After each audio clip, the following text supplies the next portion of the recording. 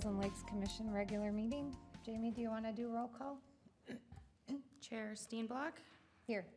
Commissioner Miller, Here. Commissioner Ramseth, Here.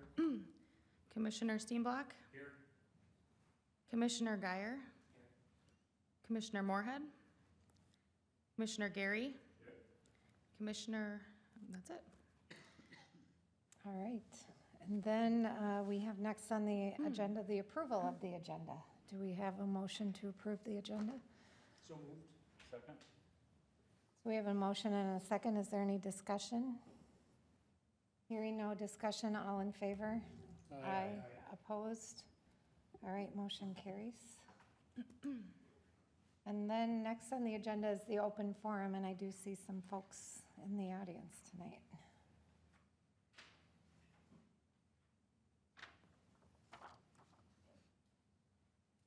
All right, Kevin and Diane, can you help me? Kwiatkowski. Thank you. Do you want to step up to the microphone so we can all hear you?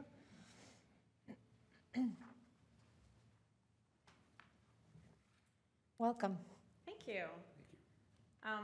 First of all, thank you for the opportunity to voice our concerns over the proposed changes next year to the wooded park on North Shore Circle North.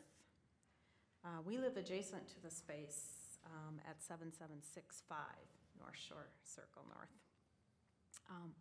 Our ask is to please consider not adding a walking path or the low mow area to the proposed plan. Most area residents that we've talked to really feel that this will lead to a means for ATVs, snowmobiles, illegal access to the lake, resulting in an already stressed public safety authorities being called to address the residents' complaints. Even when there are signs marked, no motorized vehicles, we know people don't always obey the marked signs, and we see it happening in other areas. We've spoken to the engineering firm managing the project, attended their meetings, and understand the reason for the proposed watershed changes, including the sewer and drainage upgrade. We don't have any concerns with the proposed holding pond for the water runoff. This park has served as a natural forest land for all types of waterfowl, animals, insects, vital to the environment to Forest Lake. Our safety concerns are really the proposed path is literally 10 feet from the property line. We don't necessarily want strangers coming in and out of that park so close to our home. We spoke to the project engineers, and the location of the path was just one idea, as they indicated there is no reason that it can't be removed or moved. If there must be a walking path, we'd like it to be down the center of the small lot for safety and privacy reasons for both parties on the other side of the property. We're just wondering if there's data to show that this trail at this location is wanted and needed to spend the tax dollars to maintain and enforce. Again, thank you very much for allowing us to voice our concerns, as we really prefer no walking path in this small wooded area. Thank you. Thank you. Next up, we have John Anderson. I'm here for the Birchwood Estates. Do you want me to speak now, or should I wait for the item? I'm okay if you speak now during the open forum. It's up to you. I think if we have any specific questions at that time, I think it's Okay. fair to call him to the podium. Okay, It's one of our regular agenda items tonight. okay. If so, he's here, I think, as a resource if there are questions that you have Okay, specifically. so I there's think that's two okay. Andersons. Okay, so Mark Anderson, you guys are not together. Okay, okay.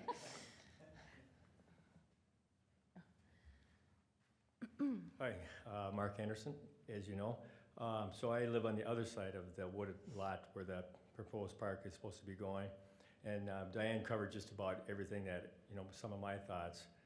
But, one thing she may not have covered is, as you guys know, there's like probably 25 of these parcels throughout the whole lake. And we have just down from us an established park already, and nobody even uses it. So it just seems like kind of overkill for what they're trying to accomplish here. is kind of what my thoughts are. Maybe we could put our tax dollars to better use than adding another one and, you know, when you have one that's not already being used. I don't have a problem with the filtration or any of that kind of, you know, what you need to do there. That's a great idea. But I think you just need to kind of really look at, is it a want or is it a need, you know? So I guess that's about all I have to say, because she covered most everything else. Great, thank you very much. Thank you.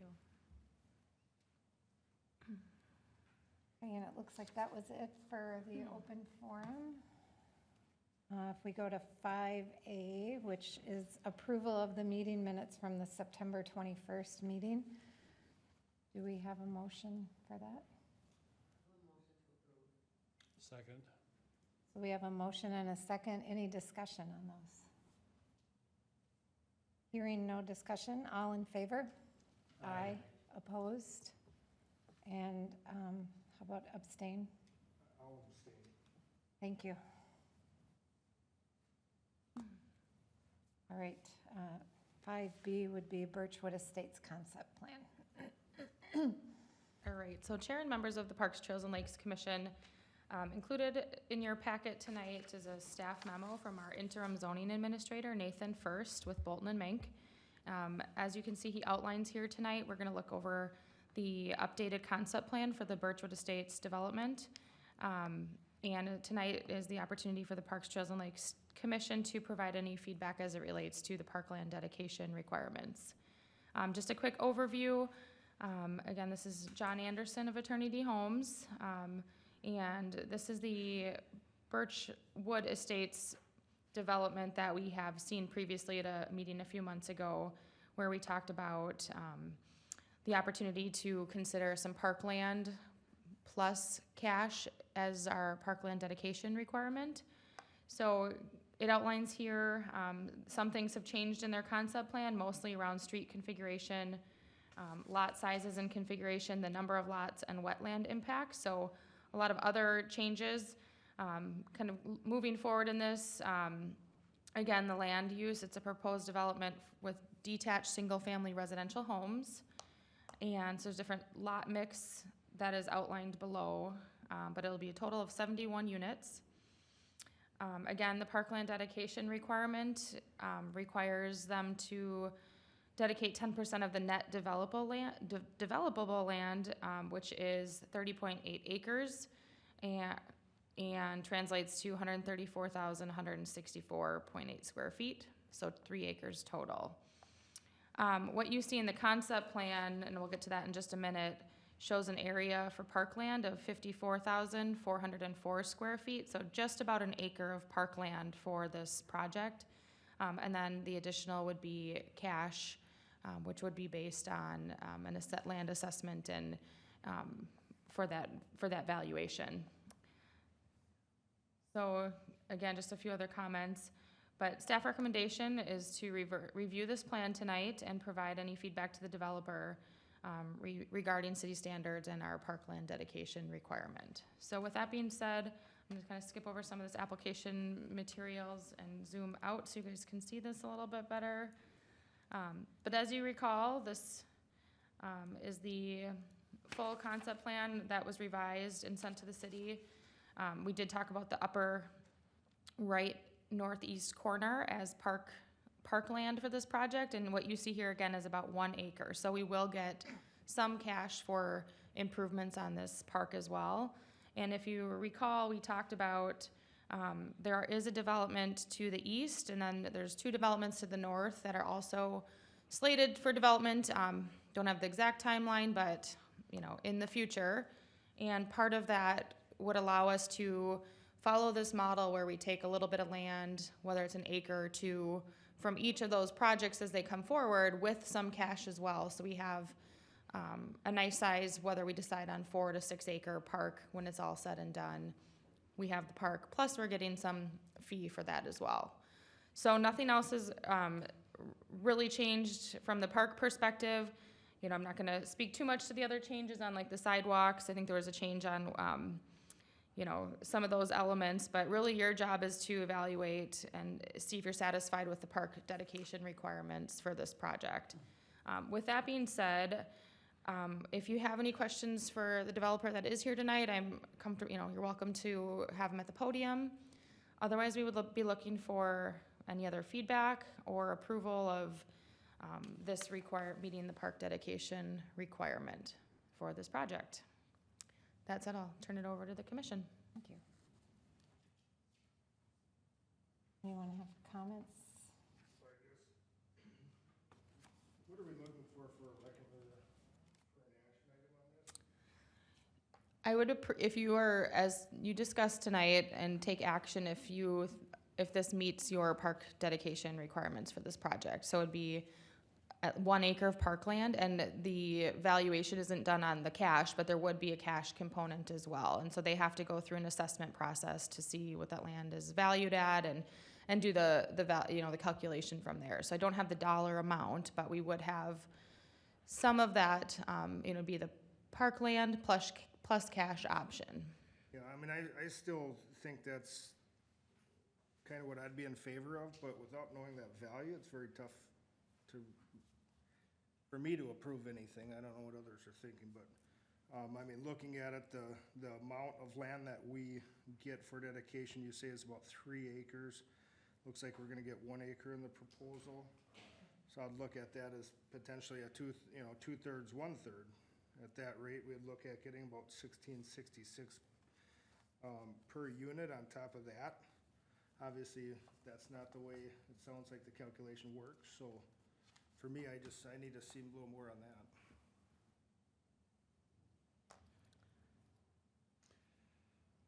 Is this where we were going to property to the north, when that's developed, to combine those parklands? Correct. That was the goal, yes. Yeah. Right. And there's also property to the east and then northeast as well. So there's 3 other potential developments where we could Right. follow the same model for some land and cash. And I think part of the benefit of that is, we have it's been a while since we've taken the cash payments for quite a while, so it's a good opportunity to look at acquiring some land for a future park down the road. So I think acquiring some land is a good strategy in this project, and I understand too that, I asked what cash amount would we get, because I figured that'd be a question, and they still have to go through this process of, land valuation and things, so. And I don't know if you have any ideas on that today, or, if you know of any component on that, we can certainly see. Otherwise, I have inquired to get that dollar amount, but I think 1 acre parkland for this project is, reasonable, a good start for acquiring some parkland. Well, and as I recall, we were comfortable with that concept because there weren't any other parks within the near vicinity, so taking that balance between cash and land gave us the opportunity to have a park in that area. And it's designed now so that we can connect the 2 developments there together. I'm wondering if we could take it in 2 separate steps at this point of if we're comfortable where this is at, and maybe make a motion and vote on that piece, reserving the right to vote on the financial aspect, obviously, when we get it, which we would need to vote on that. Yeah, I see think what you're that's an saying, Tim. appropriate, yeah. I think if you're not, as a Parks, Trails and Lakes Commission, if, we've seen this before, comfortable and there was consensus that this was a good direction from the land and cash model, this quadrant of this development seemed adequate.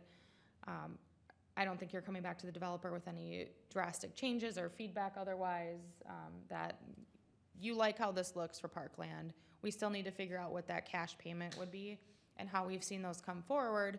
From our zoning administrator, it would say, it would be that full picture on here now accepting the cash payment as well of that amount. So if you like this for the parkland component, I think that's a good step for a motion of approval and accepting the parkland requirements as provided in this concept plan with the cash amount to be voted on in the future. Yeah, that'd be great. Yeah.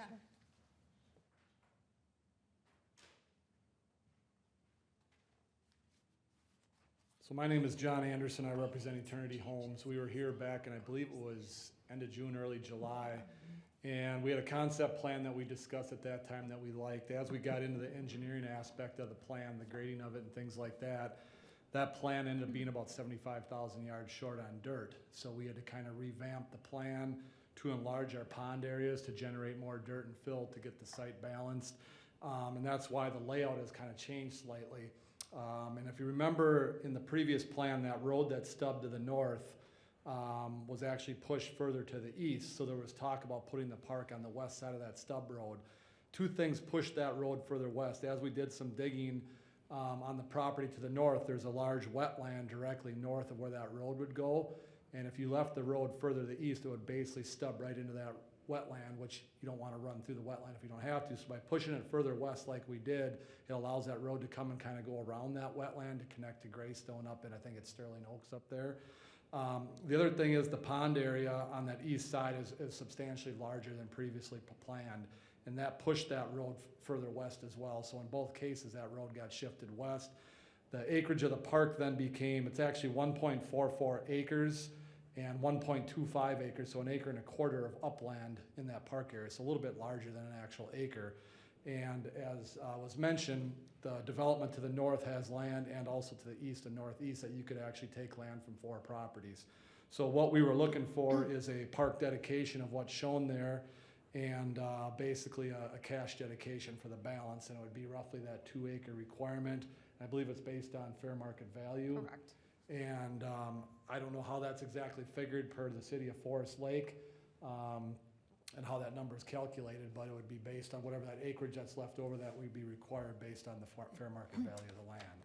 So, and we would be fine doing that at this point.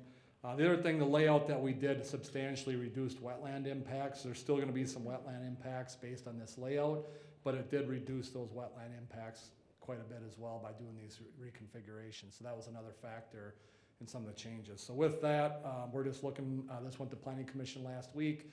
Overall, they were generally supportive of the overall layout, and we're just looking for the recommendation from you guys at the Parkland end of it. And if everything goes good, we'll continue moving this forward with preliminary plat over the winter. I know originally we were hoping to maybe do some grading this fall, but we've changed plans and everything's gonna push to next year at this point. But we'll work on the approvals between now and next spring and keep this moving forward. Thank you. Thank you. Do we have any other comments or questions? Move that we accept the proposal as presented for the Parkland in the Birchwood project, and that we'll look for determining what the amount of cash would be. We have a motion and a second. I do have one piece of discussion. Jamie, if you can, as we transition into new people in the role that Donovan had, and in order to address Commissioner Miller's comments, which I think are very valid, if proposals coming forward in the future have both the land and the cash so that we're able to see the full picture, that would be appreciated by the commission in order to continue to move motions forward if they're needed. So if you could pass that along. Any other discussion? Hearing no discussion, Did you all in have- favor? No. You're good? Okay. I thought you said that's it. That's Are it. you okay? Yep. Okay. Okay, motion to approve, Aye. oppose? All right, motion carries. I kind of fumbled that whole motion, but you got the point, right? All right. Thank you. Thank you. Okay, so next Good in that spot. Next on the agenda is the Eagle Bluff Park sign approval. All right, so Chair and members of the Parks, Trails, and Lakes Commission, on our regular agenda tonight is consideration and approval of park signage in a city public park. And so just a little background on this, Eagle Bluff Park is a city-owned park, and it's on Farnham Avenue North. And within this neighborhood, there is the Eagle Bluff Association, which is managed by association experts. Eagle Bluff, the parking for Eagle Bluff Park is on Farnham Avenue North, because Farnham Lane North is a private road maintained by the association. So I'll show a picture here in a moment, but around the circle on their private street, they also have 4 little bump out parking areas that are also privately owned and maintained by the association. And that's intended for overflow parking for the townhouse residents and guests. So with that being said, the association did put a sign technically on public park property, so it's in Eagle Bluff Park, right by one of those private bump outs, just to indicate, this is private parking for that area. It was brought to my attention, there's kind of a perception that this is city, it should be city parking because it's a city park. And until you do that research and understand that that's a private road and those are private little pads for parking, I can understand the misunderstanding there. So with that being said, our city code does have language in there that says you cannot post any signs or anything in city parks unless approved by the city and Parks, Trails, and Lakes Commission. So tonight, after looking through this whole situation, I do recommend that it's okay that they have this sign in our city park. It's right by their public or their private parking area for the residents. We may want to also consider as part of this that we make it more clear that the city park parking is on, indicate park signage for that so that people know that this is the public access area for our city park, if that makes sense. So just a quick diagram as you'll see here, and I have included, so if you're looking to go to the park, Farnham Avenue North is really that park public access point, and then everything around Farnham Lane North, so that whole other portion is their private property. I think I had another map I'll pull up here. So this kind of shows it a little bit better too. So here's where the park is, and so where I'm talking about, I don't know if you see my cursor on there, okay. Yep. So this is where they basically put their sign right here in our park for this parking area, because this is all privately owned by the association, and they, like I said, maintain it. And you'll see another one of those little parking bump outs here, and there was another one, I think, right over here. So it's just a approval that that sign can be in our city park for their private parking. So Farnham Avenue North, so right along here. So if you're going to the park, this is a public parking, public road, and all of the Farnham Lane North is privately owned. And really, you don't know that until you know that, I guess, kind of deal. So, so with that being said, looking for approval for this sign to remain on city park property regarding Eagle Bluff Park. Happy to answer any questions you might have. How is the sign on city property, but the bump outs on private property, and the sign is right by the bump outs? Is it a matter of feet, are we talking? It's gotta be. Yeah, when I pulled up the GIS, when I first started looking into this, really, it kind of you get like a yellow diagram to show city property, and it was literally like right down the middle of that bump out, so there's probably a few feet, literally, that it could say, okay, is this city or not? But where they'd have the sign, like in the grass there, would be definitely the city property. So it's to know that it's come through the Parks, Trails, and Lakes Commission, that you're aware the sign is there, because there is that perception that it is, that could be for city parking, but really that's all privately owned, so. Bump out doesn't appear to be particularly useful for anybody in those townhouses. Well, right across the street out of Is it view, down? there's townhomes right there. Okay, So you'll typically see the people that have the townhomes south of the view and then west of the view there, they will typically use that. And the only reason why I know that is because we lived in a neighboring development, so. And there's one on this side, one towards the middle, and there's one on the opposite side of the development as well. And the walking path going right next to the bump out, that's the city's as well. Correct. Yep. Mm-hmm.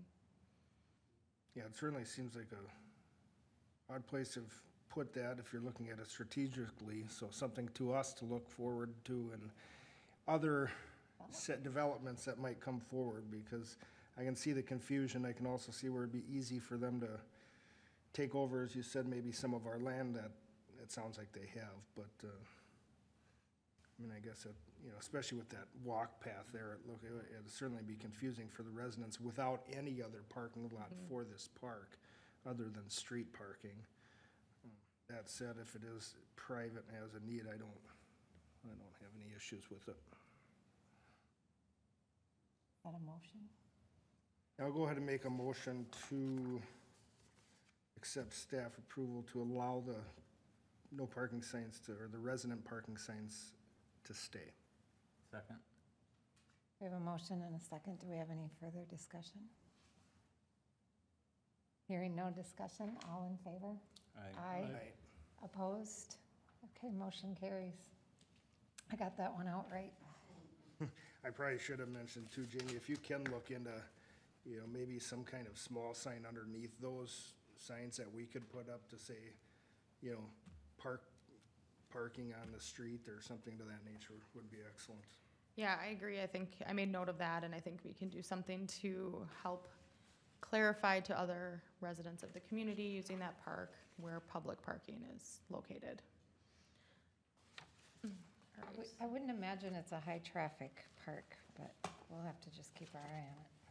Yeah, I don't think that it is. It did come forward from a resident that became aware of it, and so I just wanted to look into it, and through that process, realized there is that private road. And I did talk with our Public Works Director, because I didn't know that that was a private road. And I just, you know, inquired, is that common, or how many of these private roads do we have around the community? And there's not a lot, but there are a handful of them, and this happens to be one right by Eagle Bluff Park. So, good to know. All right, so next on the agenda is 6A, which is the Belts Park Master Plan update.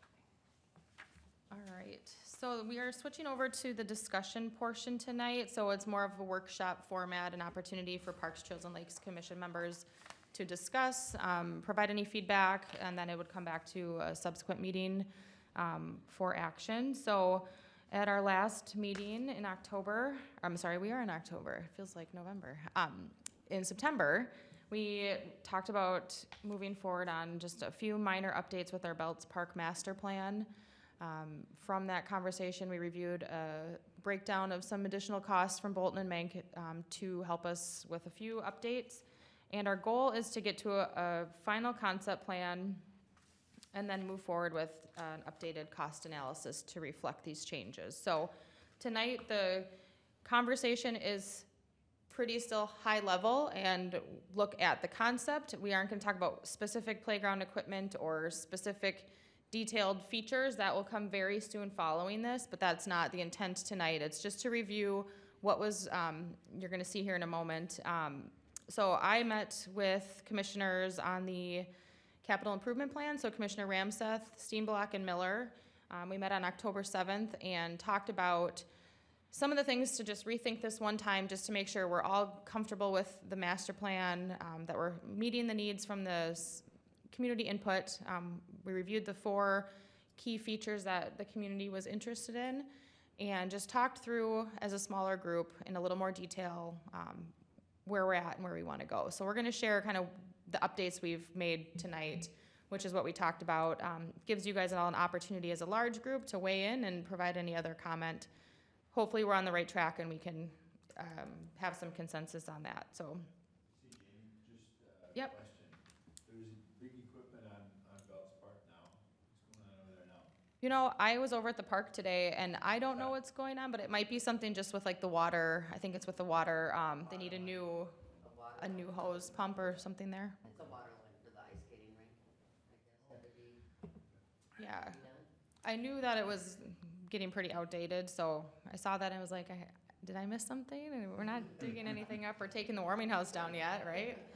So it's, yeah, I assumed it was the water pump there, so. All right, so just quick, again, discussion items. So just a updated master plan, proposed changes. I know the park pavilion and shelter is really important, and so is that playground equipment. Those were 2 of the 4 key community feedback items. So again, desired outcome is really consensus on the changes we've made and some of these elements, and then we'll really be diving in, and I'll talk about the specifics a little bit, but just overall consensus on the plan. So this is where we were leading up to a month ago. We had accessible walks, the park pavilion, sport court surfacing. We had this dual hockey rink and basketball court that would be year-round, and then unique and inclusive play. And just looking at this, this was, project total at 1.8 million. So obviously that's a big ticket item. So part of this was just aesthetically, are we good with the layout we see here? Some of it was a little bit of needs and wants. Do we need the hockey rink, basketball court combo? It just triggered one more final look to make sure that we are moving forward with a master plan that we love, really, and that's meeting the community needs for a nice improvement in the park. So from the conversations, here's where we ended up. Again, this is what we're going to discuss tonight and hopefully get some consensus on what you see here. I'll talk through some of the changes, and any of the commissioners that have been involved in this a little more detailed, feel free to chime in if I'm missing anything. We, as a group, discussed eliminating the hockey rink / basketball combination. A big part of that is aesthetically. Those boards that stay there year round, it's, it's not the most aesthetically pleasing, and it takes up a lot of space. I don't think that we need that there. Instead, we're gonna have some open play area, which I think is gonna be good. And when I was over at the park today, a group of like 8 people, adults, rode up on their bikes, and then they actually were in that same area throwing the football around. So currently is the baseball field there, but we'll have that turn into a grass area, open play area. Keeping the pavilion, the park pavilion, as a key feature with bathrooms to serve as a warming house and a rental facility.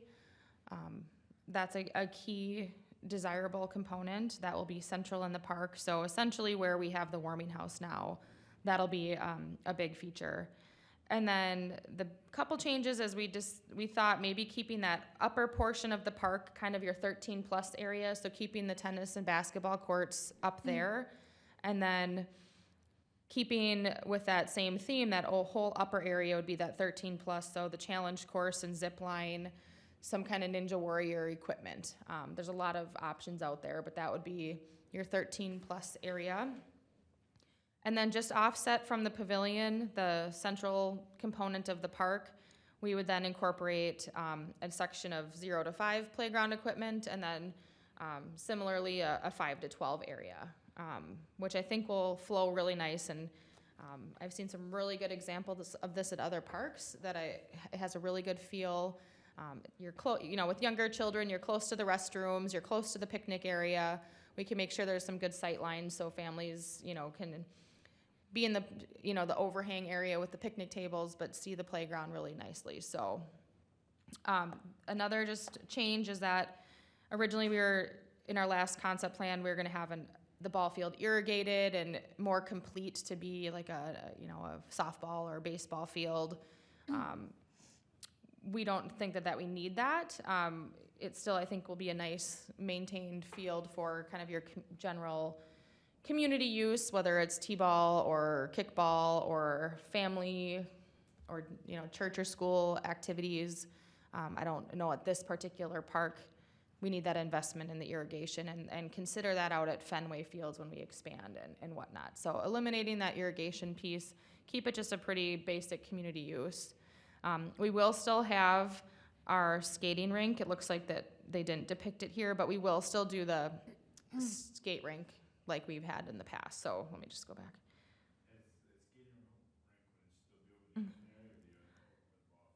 It would go where the ball field outfield is. Basically, we'd keep it right where we've been setting it up currently. And this ball field, is it green just because, or are you gonna grass that? I guess I was gonna say that if you kept it as a skin field, like it is now, with, there's dirt all the way through, then you can have t-ball and softball, and it's more open to many uses rather than grass. Yeah, I think that's just a visual on here. We can talk about that of specific of how we want that to be. But we would just have that one field there. And then in the winter, there's also the sledding would still be able to happen off to the side there. So we did talk a little bit about, the fencing. I don't think we have a solution on what we need for the fencing or not, but we did talk a little bit about, I don't think there's a need to take it all down and replace it all. But we can look at and work with Bolton and Mank and their recommendation of some of the fencing's in good condition. We have to just decide if we take it down. But there was in the original cost estimate, I think $34,000 for fencing and to replace it all. And I don't think that's necessary. I think we have some fencing in good condition.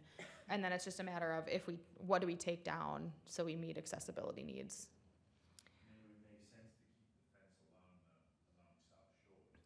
Yeah. You really don't have to run parallel to the parking because then you're messed up the siding. Yep, and to talk about parking really quick, you don't see any parking pictured here. We did have a meeting with the Church of St. Peter's to talk about parking, and there's still that interest in synergy. The city is now working on a couple proposal ideas of what that agreement could look like. So how could the city help with the parking, whether it's an annual fee or a maintenance duties that we can take on as a city, or some combination of things related to that. So our city administrator is working on that component to come up with some proposal ideas. But there was still the interest in some shared parking. Just have to figure out the agreement component of that. So just as a reminder, we did talk about maybe looking at some dedicated parking stalls where we put some signs up that say you can park here for the park these hours, etc. So there's also all the street parking on South Shore Drive. So I think just as we move forward, making sure that we feel comfortable with that parking. I think there's a lot of, I like that this feels a little more open. I feel like everyone has a place and there's something for everybody here. So this was what the small committee came to, and we said we'd bring this tonight for the full commission to review and discuss. So with that, I'm just gonna skip, I'm not gonna show you everything in here because I don't wanna get too much into pricing today, but just some, oh, sure. Is that volleyball still a sand volleyball, or are we now making it It would still remain sand volleyball, and in our original notes, it was just to improve it, because the one there right now is just, there's no lines for out of bounds, and so the intent is to keep this there unless as we, get into the final construction phases, and that would be like the last thing we would remove if we didn't feel like it fit, because it's not a big cost, or it'd be nice to have it there, but I'd say that would be the one thing we talked about, like if something had to go, or if we wanted a little more green space. I mean, I don't think that was a complete deal breaker, because we do have other parks that could go to as well. So, but does get a fair amount of use? yeah, I think it'd be nice to have there. But it would be sand, but improved, so it looks nicer.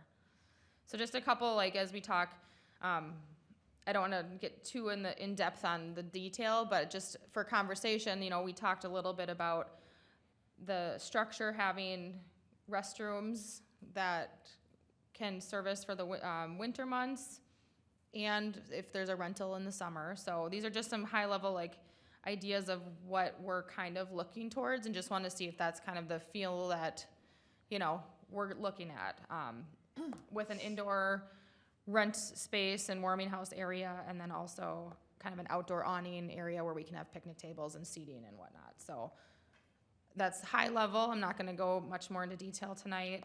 Same with the equipment. There's so many different things we can do. I think the big thing is just setting that budget. And so what I've been working on is trying to gauge, for $300,000 for play equipment, what about would we get? Or same if we had a budget of $200,000 for the play equipment, what are some examples from other communities? I have some really good options on the table, and I've been talking with some of our companies, so that's coming soon. But setting that budget and making sure that we're bringing in a lot of inclusive features, things with different things that we don't have in this community. So I've got some ideas brewing on things that are different and exciting that I think kids will enjoy. So, so these are just some examples that will be in the next steps here, but just to kind of gauge some pricing. So with that being said, I know that's a lot of information. This is kind of our focus tonight is, consensus. It's not an actual motion of approval. It's just, are we on the right page? Let's discuss this. Is there anything else you guys have comments on as the full commission? Otherwise, from here, what happens next is we'll really dig into the specifics and get a very refined cost analysis with a more accurate price structure. And then once we have our master plan and our updated cost analysis, now we're in a position for, final approvals of that. We're positioned to seek grant funding. We take that information and seek out, the DNR grant, start looking at other funding sources, and then obviously the implementation phase of what that timeline could look like, so. I thought we also talked a little, and maybe it's next phase, I like this, so from that, I think we're on the right track. Is that there's this frustration that we've been talking about this so long and we haven't moved. That we were also gonna talk about then what could be our, if we can't do this all at once, cause it's a lot of money, what then would be our, kind of our plan for implementing? Would it be the warming house, which I think is what we talked about? Yeah, And that's, so, given this timeline, would we be in a position in the spring to break ground on something? yeah, I think that's a great question, and I've gotten pretty far in getting some answers on that. So this church also said the building and the restrooms is a priority. So obviously that's, it's important to the community, it's important to them, it's important to us. That I think that would be, naturally speaking, without saying 100% confident, that would likely be our first phase of this if we had to phase it out. And I think depending on, there's different companies, but a couple that I've been looking at, they're all like prefabricated material packages that you can get. The company that I'm specifically talking to, I referenced the high school construction class, and they said yes, with some guided management, it would very much be a project that they could help with. So to your point, if we continue in the next few weeks, I think we're gonna have a lot more detailed cost information just in a week or two, and then be able to do that. And I think that's a reasonable goal.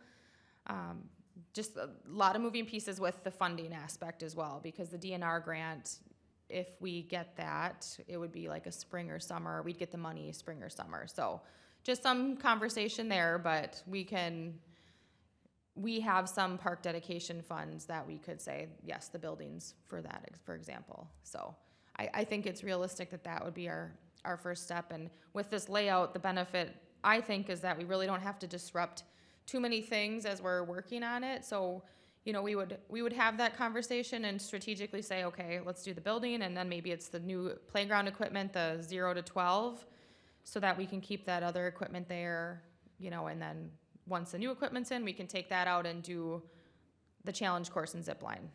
Does that make sense? So I think we'll have to fine tune that piece, but I think it is a little bit of a sequencing, but I think we're really getting close on that building would be a priority. Yeah, We we did. would have that breakdown by November? Or is that- Yeah, and it could be like a 2 weeks, but for sure our November meeting, the timeline with Bolton and Mank, I think they are gonna be present at that meeting we'll get that cost analysis, but it'll be updated to reflect these new changes and even more specific, because I think last time the budget said $500,000 for a building. I don't think we're gonna necessarily need $500,000 for a building. So now as we're getting more detailed and further along in this process, but they are gonna be it's the November 16th meeting. Can you ask them to create something like this, which They they will. originally, okay. Yep, so perfect. they will have that cost analysis that we saw, but it'll be updated. Okay, So, you'll scratch off that, I think the hockey rink and basketball court was like $180,000, like that will be gone, and a few other things. And I think we'll have a more accurate cost, even on like the port and play surfacing.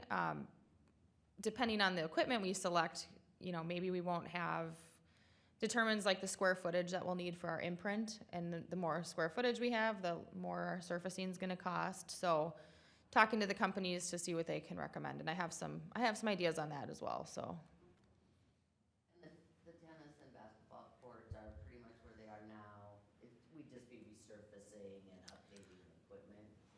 Yeah, we talked in the subcommittee meeting about trying to limit some of these costs so we can actually get this project done.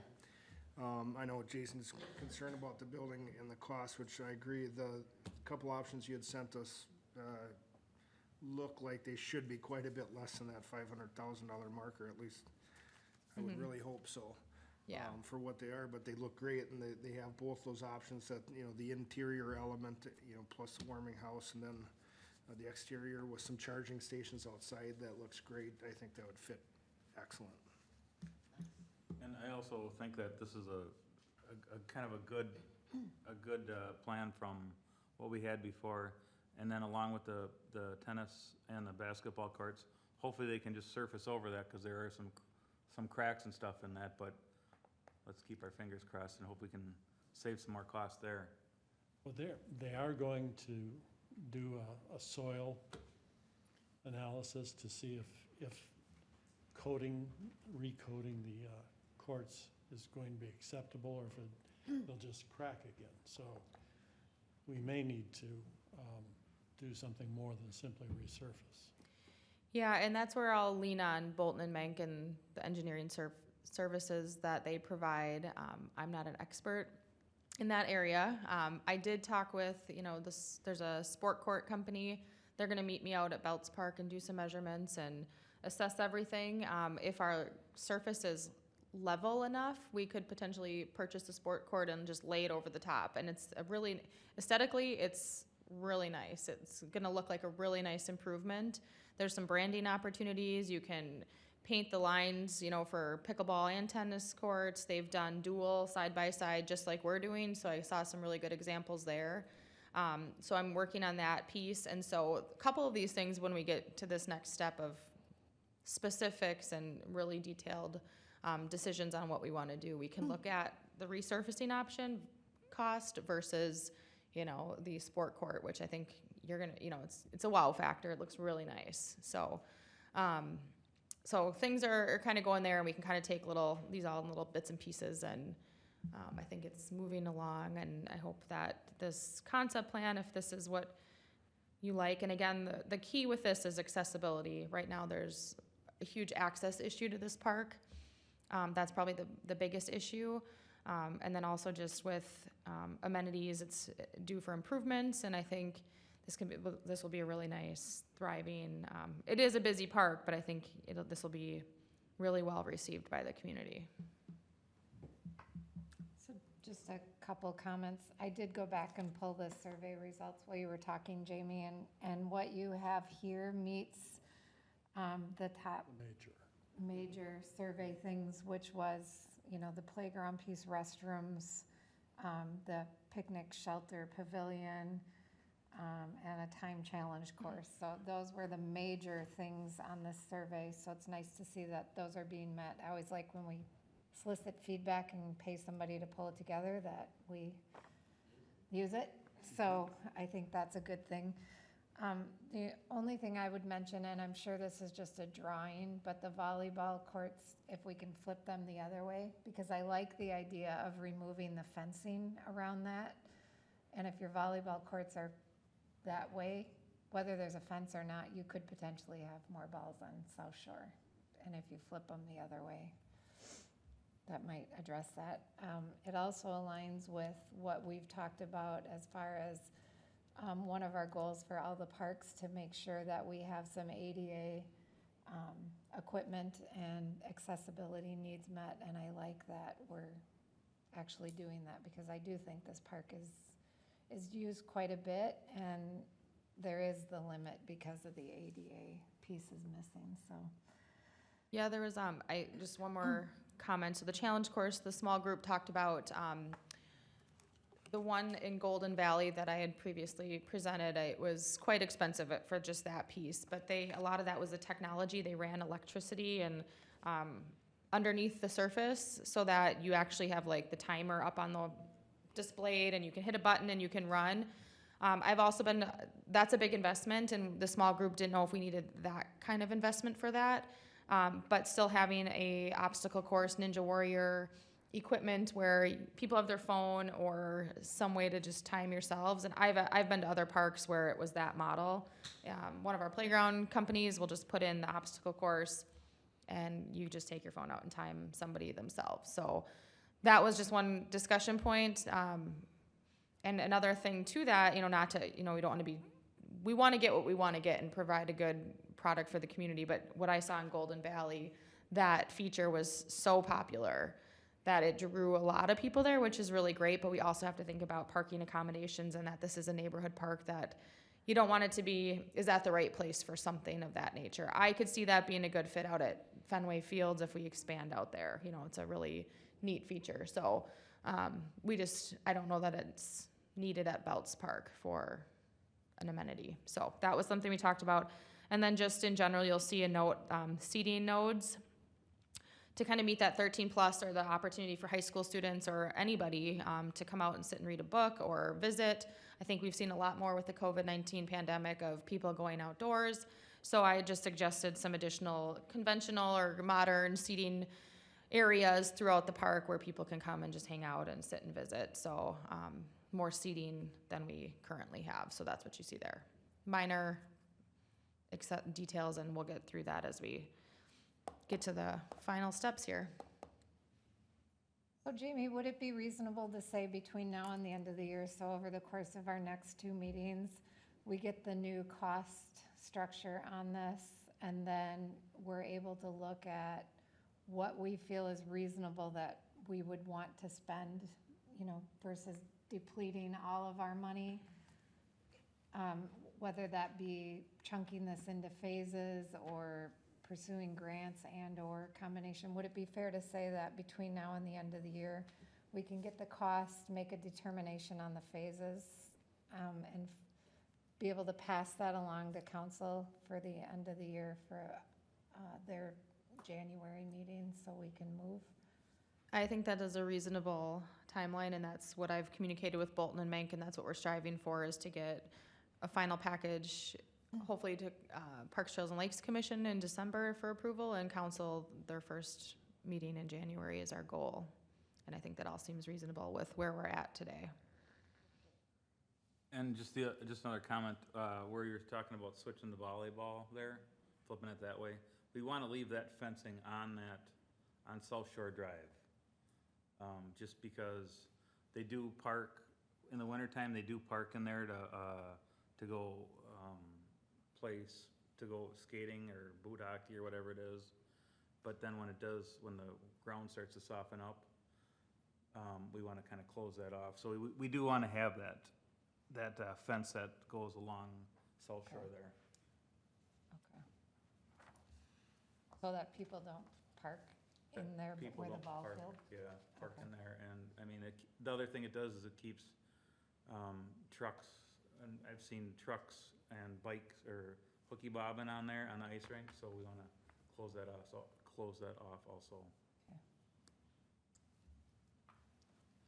Any So other? just one last, Yeah. I have one last question Question? for clarification. Mhm. So can we see the full costs, and then can we also have that conversation about, see the budget that we have and how we want to allocate that budget towards this? So prioritizing maybe, and, Yes. okay. Thanks for doing a lot of hard work. Looks nice, you guys. It looks really nice. And it's scaled back, but it's still, again, is meeting the needs Right. of the survey, which is nice. You've got some things in here from the original high school group that came and talked to us, so nice job.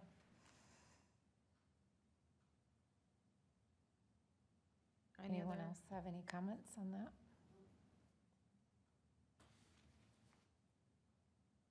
All right, we're moving along. Let's see, what do we have up next? So next we have 6B, which is the North Shore Circle Park Concept Plan. All right, so just let me get this so you guys can see it a little better. All right, so tonight for the North Shore Circle Park concept plans, Before you, you have a updated rendering and concept plan from Bolton and Mank. So here's figure 1, which is currently the park that is, one that we've talked about for making improvements and making it accessible with canoe and kayak access. It's currently more just an open space right now. And then the figure 2 is what we've heard about earlier today, which is more of our wooded parcel for North Shore Circle Park, that really has been just serving as a nature area. Nothing that the city has been actively maintaining or public use, is not probably very likely in this parcel. So tonight, what you see here and from Bolton and Mank, what they're really looking for is, they've highlighted the bioretention areas, the lakeshore restoration components, and they really do want to try to keep in as many trees as they can in this particular project here. They're really focused on those components. So some of the recreational pieces, such as the trails that are depicted and that we heard about earlier, educational signage and the benches, the amenities for the park as it might relate to trail access to the lake, those types of amenities is really up for the Parks, Trails, and Lakes Commission determination.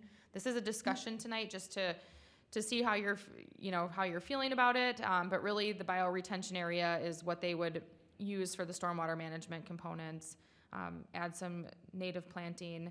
The open house, there was some good feedback. Some people, they like the Pollinator garden, and I think from all the community input thus far is there's no issues with utilizing these 2 parcels for that purpose of stormwater management. It's just, the trail piece, and I don't think it needs to be officially decided tonight. I think if you're comfortable with Bolton and Mank using these parcels, this is what they would do in the areas of the park they would use for the stormwater management piece. So open for discussion. I know we had some, obviously during the open forum, some conversation tonight about this one parcel and the trail component, so you're welcome to talk about that. As it was mentioned previously, this trail that is pictured here, we don't need it there for any benefit of the stormwater management piece. It can be moved. You can keep it. Those are really up to the Parks Commission to kind of talk through that. If you think that would be beneficial, we do have 26 lake access points. I know this has come up before, and making sure that those public access points are, we do something with them, and it's been a case-by-case situation right now. We don't have them all figured out. But given the proximity of these 2 parcels, do we need a trail through both of them if we have one right there that's improved and accessible? So just a discussion tonight. 1, any issues with the stormwater management piece, and 2, park amenities, if there's any initial feedback. From here, I would follow up with Bolton and Mank, and, they can get it to a final plan. I know they said this is a really big project with multiple community open house, but I think as it relates to parks and trails, I think we've given the okay to pursue this at our last meeting, or in July, and now they've come forward with a little bit more detail from that, so. In the first discussion that we had, there was no mention at all of any snowmobiles or ATVs using these paths. And listening to the residents' concern about that, I would think that somehow to make it, I think retaining a path is a good idea, but making it so that it's not usable for ATV access to the lake or snowmobile access to the lake. Just to, I don't know if there's can be some blockage or whatever, but make that a part of our agreement, is that there is no access for snowmobiles or ATVs. It's very close, to the residents there, and having them roaring through there doesn't seem to be a good idea.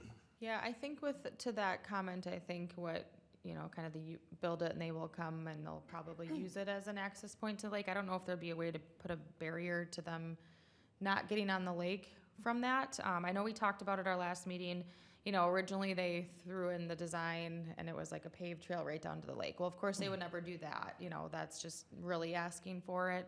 But if we wanted some kind of, wood chip trail or some nature trail or component, but I think then that comes down to signage or enforcement. We could sign no ATVs or motorized vehicles in this park, but then could potentially be an enforcement piece. So that's kind of the challenge I think you have when you're considering adding this trail amenity here.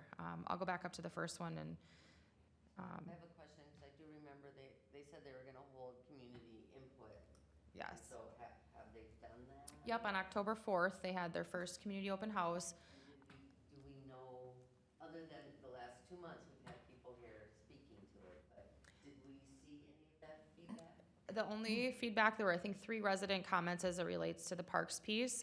Pollinator garden was good, and then similar comments about the trail piece to the lake, that would really be inviting people there that normally wouldn't be there, or haven't been there in the past. Is there And parking right there?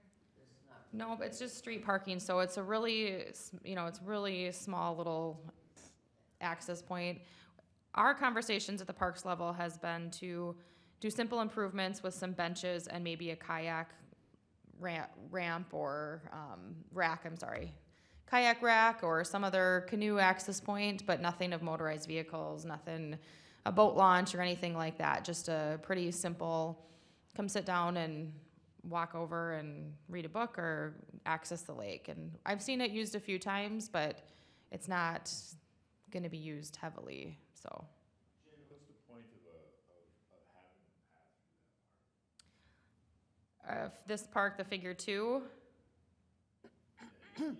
yeah, it's just an access piece. If you had a not even a paved, but a wood chip trail, it could be a way that people get down to the lake and use the lake, whether it's via carrying a canoe or a kayak. That's really the main purpose of that. I guess I'm just wondering if a path actually invites ATVs. I think that's part of the discussion and argument of if you have a path, it's gonna draw the snowmobiles and ATVs and. I mean, you can carry a kayak and you don't need a path. Right. The grass in that park is just fairly low. So I think if you eliminate, for example, in the wooded parcel, if you take that path out of there, really it's this parcel, in my opinion, would just be more servicing the needs of the stormwater management. I don't think that there's really a draw to get people in there. You have a pollinator garden, maybe you wouldn't need the educational signs then, and it's just this parcel's more serving that need for stormwater management. Which is, I think a good use of it. And then this other one, if, it's just a big open green space right now, so the path here maybe keeps people, separated or on track and away from the stormwater management piece, the bioretention area. So, and I don't think, and maybe this parcel, for example, is okay as a snowmobile access to the lake. Maybe that is okay, or we talk about access and maybe not, I don't know, but. Yeah, how many, remind me again, you said there was 26 of these access points, right? Is that There's what they're? at least 26. And how are they or 20, referenced, 34. these parcels? Are they actually referenced as access? So that's a great question. There's a whole presentation of these. Some are labeled as public access points, some are not. Some have no signage by them, and you wouldn't know that it's a public access point. And so this has come up a couple times at City Council. We've had 1 or 2 maybe more than a couple times, but it's come up. And I think once or twice here, and the city doesn't have a solution for all of them right now. It's literally been, there's no policy or procedure on how we address this. It's been a case by case. And if you have any other comments, but that's my understanding is we as a city need to figure out what do we do with these public access points. Right, we've talked at one point in time about maybe trying to partner with the DNR and actually make it an access point. So, so pardon me, I understand the concern, and certainly am not saying it needs to be a invitation for snowmobiles or ATVs. I think they can easily use the boat access for that. But if we make it so it doesn't look like an access at all, but it is supposed to be an access point, and we're gonna just carry kayaks through the trees, to me, that doesn't service the overall community, not just the folks by the lake. But I certainly think we need to be strategic on where those go, especially, I think one of the examples earlier was it was within 10 feet of the yard. That may be enough for a setback, or, you know, to appease any setback, but I still think it's probably too close in that scenario. I was kind of thinking along the same lines. I am probably one of the people that's been most passionate about those that don't live on the lake having the opportunity to have access to the lake. But I went back and looked at the notes from July 21st, and we had 2 residents come forward at that point that expressed some concerns. And their feedback during that meeting was that there was already signage there that said no motorized vehicles, and they were seeing issues with snowmobiles and ATVs at that time. We're hearing it again tonight. We heard it at the open forum meetings, and I feel like this is an opportunity for us to take a step back. We're looking at this because it was brought to our attention that we were going to do something with the stormwater, and so then it becomes this great opportunity for us to pursue these things, and we tend to be a little bit more reactive based on somebody else's timeline. And I think this is an opportunity for us to take a step back and make it a priority in our strategic planning to look at these 26 access points and decide where it makes sense to do something and where it doesn't make sense.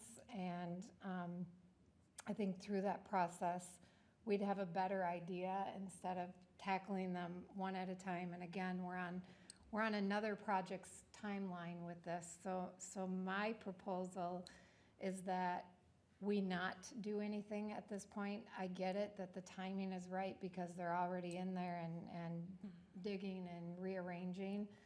But the timing, I don't feel is right for us to be able to make a holistic strategic plan as to these access points. So my recommendation would be that we hold off, and in the long run, if it costs us more, it costs us more. In the long run, we may say we don't want anything here, so it could be saving us something. But that would be my recommendation, just for those reasons in general. So you're saying no path? I'm saying no path right now, and I'm saying we take a step back and we look at what do we want strategically for all these access points, because I'm an advocate of people that aren't on the lake having access to it, but where does that holistically make sense? And I think we need to look at access, we need to look at utilization, we need to look at surrounding options, and really come up with a good plan versus one-off because they're doing another project here and they want us to do it, or they want us to consider it. I agree with So- you completely on that. Especially, we don't even know if there would be parking if you wanted to put any kind of path there anyways. Now there's no parking, what would we waste the money on? So I couldn't agree with you more, Terry. But Jamie, those 26 access points, those aren't all active now, though, are they? Well, let me correct it. I think there's at least 26. Yeah. There could be upwards of 34 or somewhere in that 30s. I don't have the exact number, so just to be clear, don't want to be Yeah. held at 26. It could be more. It's kind of a hodgepodge right now of signage for some, and they all are public access points. So really anyone could go and utilize them, but you'd have to know where it is. And Because I remember in years gone by, and it's probably been 20 years, that there were a number of access points to the lake, and the DNR felt that the lake was being stressed, and so they closed them. And so oftentimes there was a pile of dirt put in front of the access, so you weren't able to use them anymore. So I guess that's what I was just wondering is does that encompass the ones that were theoretically closed by the DNR, or? They're not all open to lake access in today's world, and that could mean that maybe we put a bench on one for people to sit and look at the lake, Right. and maybe that means we have I just think we need to holistically look at them and not react because there's another project here. Well, that almost sounds like another meeting and another project of, okay, let's identify all. Yes, And then decide, yeah. but, yeah, it's probably not tonight or next month's deal, but maybe next May or Is June. there I a think map of them at all, or? So our former zoning administrator and his assistant had put together in a PowerPoint presentation all of the access points. So they are all labeled and the addresses are listed. Like I said, there's a whole deck of them. So there's quite a few. And that's where we're at. And I know as some have come to the table, we've addressed one off, so one at a time. But it's part of a bigger strategic initiative of the public lake access. And It's not today. Yeah, no. It's not tomorrow. It needs to become a strategic planning item for all of us to take a look at. And because I think we're gonna get ourselves into trouble if we start hitting these one-off when somebody else has a project there. Then all of a sudden their urgency becomes our emergency, and I don't think we make the best decisions in those cases. And again, we've had residents come forward on July 21st. We heard from residents at the listening session. We're hearing from residents again tonight. And I think it's okay sometimes to take a step back and really holistically look at what we're gonna do and not let other committees within the city drive our timeline. And again, may cost us more money down the road, but it could save us money down the road, because maybe when we holistically look at it, we wouldn't put anything here. Would that be something that could be done? It would be to maybe, you said you have the PowerPoint, December, January, something. We could sit and go through that and then maybe start some sort of a plan of how we're going to attack these access points and what we're gonna do with them. And I think we have to look again at, we did the foundation of a strategic plan, and we had a 10-year plan, and so rather than put it on the agenda for December, January, when we're looking at our next major initiative, which is Belts Park, I think we need to look at that 10-year plan, look at the budget, the budget requests that we've made to the city, and integrate this into our strategic plan, and work on it at that time versus now trying to pick a date when we haven't looked at our overall things I think it's, again, one of those things that we've got on the list, and where does it get prioritized, and what does it look like, is my opinion, but. It doesn't automatically jump to the top No. until we look at what else is on the list, but it needs to get in there. Yep, I think Yeah. it is, It is we on do the have it list. in Yep. as Yep. part of the overall plan, Yep. so. Correct. yep. And I would say, I think you have Can you to. flip your mic? Oh, I'm sorry. I think you need to consider taking a look at some of them with an eye on closing them permanently. Yep. Because I think we have a few out there that are probably a pretty significant liability. In fact, I've been contacted by residents who have indicated so.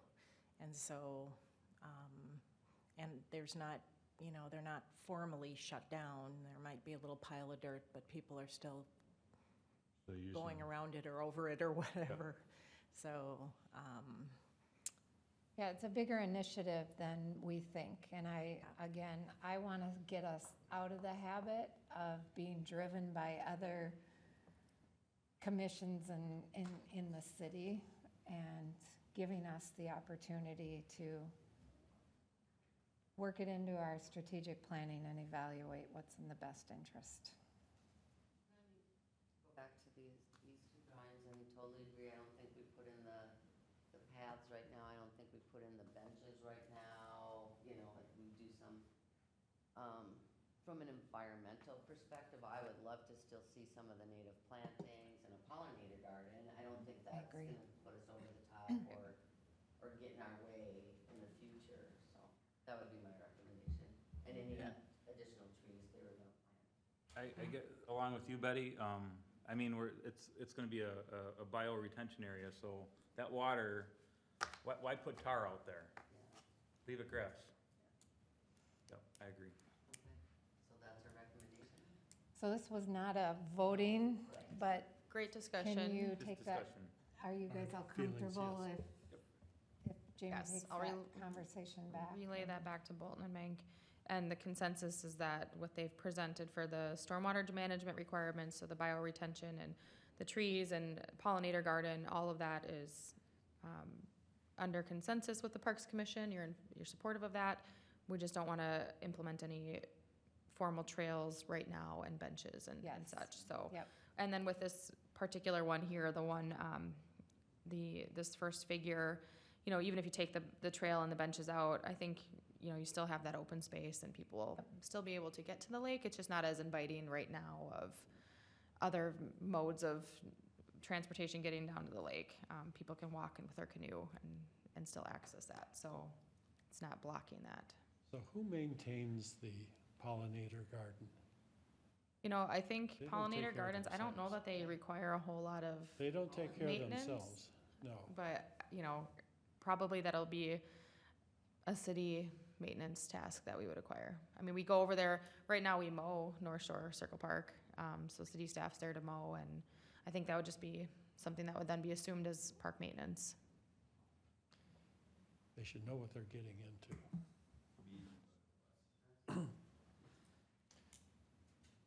Any other conversation on this one? All right. So we will move on then to 6C, which is the park fee schedule. All right, so tonight, this again is a discussion item. Just gonna keep this really short. I'm working on research right now to do some metrics and analysis on our fee schedule related to our comparative cities. I'm about halfway through this process, so just some things that what I'm looking at, and I think we need to think about, and as I finish this research project, we haven't increased any fees for Arts in the Park for at least 2 to 3 years. Last year, obviously because of the COVID pandemic. When I look comparatively, our food truck fees, I think are substantially low compared to other communities. We charge $200 for a whole season of Arts in the Park, which is 12 or 13 weeks. We have capacity for about 5 or 6 food trucks for the whole season. That's all we physically have room for. And with the growth of Arts in the Park and the attendance we've been seeing, I feel like they make that, you know, in one night, and it's, you know, I think that's something we really should look at. I don't know, I think we're undermarked there a little bit. So really looking at our event fee schedule, I think our shelter reservations and gazebo rentals have been so far in alignment with what other communities are charging. One thing I want to look at is right now our fees include tax, which is fine. So we charge, for example, $95 for the fee. Our accounting staff then takes a tax out of that, and that's included. So some cities do that, and some kind of have that weird dollar amount and then plus tax. So I like that our tax is included, like other communities. Just a note, though, to think about, Washington County did implement a 0.5% tax effective July 1st, so we have a little bit more, tax rates up a little bit more, so that cuts into, you know, a little bit of our revenue. So just things to think about with our fee structure.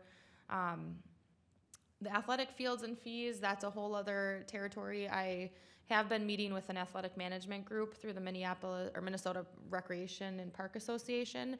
So I'm now connected with 30 other metro cities, have had a lot of really good conversations, taken it a lot further on, you know, some do the per player fee, some do a permit fee like we've done. There's so many different ways, so I'm just trying to take that a step further from the information we've gathered. So a lot of fee information. Lastly, park dedication fees. We haven't raised that fee or really looked at that in about 3 or 4 years. I think you can do up to a 5% increase annually. So I know developments are coming in. I think as we talk about funding and park dedication and all the work that we have to do, I think it's good time to look at that as well. So I'm reviewing our park dedication fee as it relates to other communities of our comparable size. So I wish I had a little more tonight. It's been busy with conferences and getting everything for the master plan moving along. So just want to see if there's any other things that you guys want me to look at. Otherwise, just quick discussion tonight, things to think about. And then with that said, if there's a need for a special meeting to keep this Belts Park project moving along and sooner than our scheduled November meeting, I'm happy to schedule a special meeting for this fee discussion. I should have it wrapped up hopefully this week. And we could also, look at that belt stuff. So if you guys are open to a potential special meeting early November, I could have this on that agenda with the belts piece as well. So I'll kind of gauge yet this week to see where I'm at, but any feedback or thoughts, discussion on looking at increased fees for our department, things that I've kind of mentioned, anything else you want me to look at as I'm finishing this project? So Jamie, is it something that, we had talked about, again, the storage facility fees? Is that something that can be talked about and figured out now? Yeah, I think that's good to look at because there's a couple different ways, like we do a base fee. I've seen some communities for commercial, there's the park dedication fee is exempt and they only charge the residential rate. I think that's in Hugo. They just charge $2,400 per unit for residential and then it's at exempt for commercial industrial development. So I think we do need to look at right now we charge $2,500 base fee plus $2,500 per acre for commercial industrial. So I think we need to look at, it's a good time to evaluate that too. Right, because we don't have that on our book right now, so that's kind of a freebie for anybody bringing storage facilities in. Well, I guess I would like to know why it's a freebie. What ordinance allows them to get out of not paying park dedication fees? So if whoever is in that role could write something up as to why we didn't get park dedication fees for the new storage. I think it's a statute. I don't know, but Has to I be. don't think any of us are the experts, so I would like the city to produce a note that explains to us why we didn't get park dedication fees on those commercial, whatever it may be. Well, I guess along with the commercial thing, it's more residential. It's residential storage. They're commercial buildings, but I mean, they're all segregated, so I guess I agree with that. It makes sense. So making the argument, it's kind of like an apartment building? That's what I'm, Okay. yep. Yeah, I think that if you look at the code in the zoning department, the city code, as relates to subdivision and park dedication, I think that piece should be looked at to see if it's clear enough or if there's some confusion with the code language. I think that should be looked at and we can work through that piece. But this is probably I know this subject with those storage facilities has come up before. So if, again, I would reference Donovan's name, but I know he's no longer here. So whoever is working in Donovan's capacity, if they could write us a memo to help us as a commission understand why we didn't get park dedication fees on those storage facilities, that would be good for us to be able to see and understand, because then that would help us decide whether or not we need to drive change in that area and how we would drive change in that area. See, I think, because Patrick Casey was here that one night that we were talking about this, and he said it's actually a change of statutes for the city. Yeah, if we can just know what Right. that statute So is, somebody because tell that us doesn't what it really is. tell us Yep. anything. Yeah. If commercial property is supposed to get 2,500 plus 2,500 per acre, Yep. and residential we know is 2,500 per unit. Right. It doesn't exempt, where does that say storage facilities don't Right. have to pay? And I get there, if I remember correctly, there might have been a piece where it was, the park dedication was given beforehand, and then they added these buildings onto a property that was already sold, so that might be the grandfather kind of piece. But yeah, if we could get clarification on that, that'd be extremely helpful. As far as the other fees, I think just keep in mind, I don't know if you've heard any feedback or anything from FLA lately in regards to the fee schedule as it relates to them and Fenway and the ball fields. Certainly want to keep them engaged. And as far as an increase, as much as it pains me sometimes to say, being the costs are gonna all go up, right? We're seeing huge inflation. I think that looking at a fair increase is probably a good thing, so. That's funny. How did the scheduling of Fenway go this year? Were you overwhelmed with stuff, or was it? How, I think it went, brief conversation, I think it went pretty well. We did collect some data on utilization. We will have that come up, and I don't know if it'll be that special meeting or November, but as soon as the football season ends here, I think they're done the first week in November, we're gonna kind of regroup with the small committee for contracts agreements. It is a good point to bring up to be thinking of that. Our agreement with FLA does expire December 31st of this year, so we need to have those conversations of what do we do next if it's another agreement, is it a price structure change, all of those kind of conversations. So no feedback yet on the fee structure from FLA directly, so we'll work through that and make sure that's factored into looking at those fees. I think if we're gonna look at raising the fees, which I was actually the opposite. I think in a time of high inflation where people are really struggling, raising the fees for public amenities, I'm struggling with it a little bit. But if we're going to look at the fee structure, I think we need to include in that the fees for golfing. So I think Yeah, we need to look at the fees. I'm more looking at maybe the park dedication fees that she said. We Okay. have a 5%. I'm with you there. We have a 5% increase potential annually. We haven't increased it for 4 to 5 years. I think that's where I wouldn't want to look at anything major as far as the amenities. I don't, for one, to me, you can't charge more if it's not being utilized, so I'd like to know what kind of the utilization rate is. And does that warrant? I mean, if it's gonna be nominal, if anything, anyways, no, I wouldn't agree to get the regular, gazebo rental or anything Yeah. like that. It's more looking at just that dedication fee. Thank you for clarifying that. That's helpful. Yeah, and I can provide a recap on utilization of our facilities from the summer and any data that I have on like our community garden plots. We rented out all 20 plots this year. So things like that I can provide some data on. And I feel like the prices we have set we do a resident and non-resident. I think that worked well this year.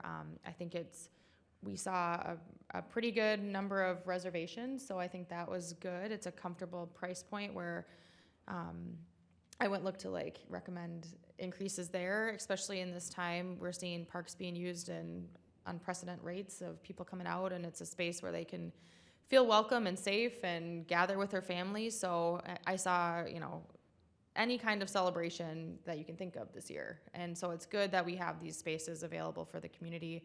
So again, it's not to generate revenue or make money, it's just to help set some of those costs that we do have with keeping our park system welcoming and clean for them. So, but yeah, the park dedication. Absolutely. And The park dedication fee is just, Take a what look that at money's that. meant for is to build new parks, and that's gonna cost more money, so. yeah, it's and fair to look at to that anyways. point, talking with prices of steel and just inflation and all of the things we're experiencing right now, a typical year you'd want to budget 3% increase for, year over year for equipment. And a lot of the companies have had to already implement a significant increase once this year. And just from the phone conversation today, there's already potentially another 6 to 10% increase by the end of this year for 2022. And that's just to get us to 2022. So pretty substantial, never have they had to do 2 increases in 1 year and to this magnitude. And it's just the time we're in right now. So, you keeping all that in mind, things are right now a little more expensive. So when it goes to those, setting I don't know, can we do that, build in, okay, that, there's gonna be always a 5% annual increase on particularly the park dedication fees, and then that way we don't have to come back and reevaluate all the time. It's just always built in. yeah, I'll take a look at that because I think you want to make sure you're still appeasing the developers to come in, and you want to have your feet too high that they're like, no way, I'm not building in Forest Lake. But right now I feel like we've been at a pretty good rate for a while, and I think it's been probably 4 or 5 years, like I had said. So I think I'll just take a look at that and see. I don't know if you'd want to do a 5% year over year kind of deal, but it's been a while, and we can economic indicator too, Yeah. So I'll take a look at that and make sure I get that all put together so we can review that and make some decisions there. But just wanted to at least bring it up and start that conversation, get some feedback so that you guys can be thinking about it. It is that time of year to look at our fees for next year. And I know our conversation last time was we didn't do any fee increases the last time we talked about it for this year. So just want to kind of set the stage that that's coming real soon here. You said that Hugo charges $2,400 per unit. Maybe you could see what they plan to do with their fee schedule. Yeah, I'll talk to them and see if they are planning an increase for 2022 and even try to find out a little more of how long they've been at that rate. And you just have a few more cities to get some data from. So once I have the full picture, then I can better understand, you know, where we sit and where we're at, so. All right, should we move on? 7 is the tree lighting ceremony. So I've talked a lot tonight, so if somebody else wants to talk about the tree lighting ceremony, I'll just do a quick update on it. So myself, I've met with our small committee for events, community events, which has been our chair, Terry Steenblock, and Commissioner Geyer and Commissioner Moorhead. We've had 3 meetings to talk about our tree lighting ceremony for 2021. We have a date set for Saturday, December 4th. And when we had our first meeting, it was really about what do we do this year? Is it indoor, outdoor? We still have some things to think about with COVID-19 pandemic, and really wanted to just kind of get that high level stage set. Terry or Betty, do you guys want to continue? I mean, I can if you want me to, but do you want to go on and share from there what we talked about and Sure. what we're looking at doing? So right now, what we're thinking is we go back to doing indoor here from like noon to 3:30, I think is kind of where we're at. But perhaps limiting, so having people kind of sign up and have a cap, maybe it's 75 people at a shift or 100 people at a shift, so because last time we had like over 300 people, and of course everyone kind of came at once. Use the conference rooms upstairs for some crafts like we did, but leave again some table spacing. We have a Santa who we had last 2 years ago, so he's willing to be our Santa again this year. So that's kind of, and then about 3:30 we'd be done here, and we're gonna do like hot cocoa and cookies or something. We'll figure out the specifics on treats, and we'll have the crafts, and then we'll do the tree lighting down at the lakeside, and then we'll have Santa on the fire truck from 5 to 8. And it'll be a preset path, and we'll communicate the path where he's gonna be. And then we're talking about if we do maybe a food donation along with that or something. But I think high level, that's kind of where we're at right now. Yeah, that's a great high-level summary. And the last piece is a new component that we've not done, and I just have to work with the fire department on the details, but we have high-level concept of lighting up a truck with Christmas lights and, you know, having some music playing and Santa going around town, and people could see the map on our website so they know at what time, give or take, Santa will be in their neighborhood. And so, yeah, I think that was a great summary. That is a new component, so just we do have to work through that, you know, with everything new, just new details to figure out that piece. So it should come together, and that I think will be a fun experience as well, so. Exciting. Yeah. Mark your calendars, Mark it's a your lot of calendars. fun. Yeah. I'm sure we'll be looking for volunteers to assist as well. Yeah, and our timeline, we said around November 1st, we'll start looking at a communications plan around it. Gives us about a month to get the word out and all the details. So the next, this week and next, we'll kind of start getting into those final planning details so that we're ready to put out promotions early November. So. All right, Parks, Trails, and Lakes Commission updates. Anybody have any updates that they want to share beyond what you shared already tonight? I think we went over our end of it, so. No? Okay. Does anybody want to make a motion to adjourn? So move. Second. So we have a motion and a second. Hearing no discussion, all in favor? Aye. Opposed? All right. Hey. He said that quietly.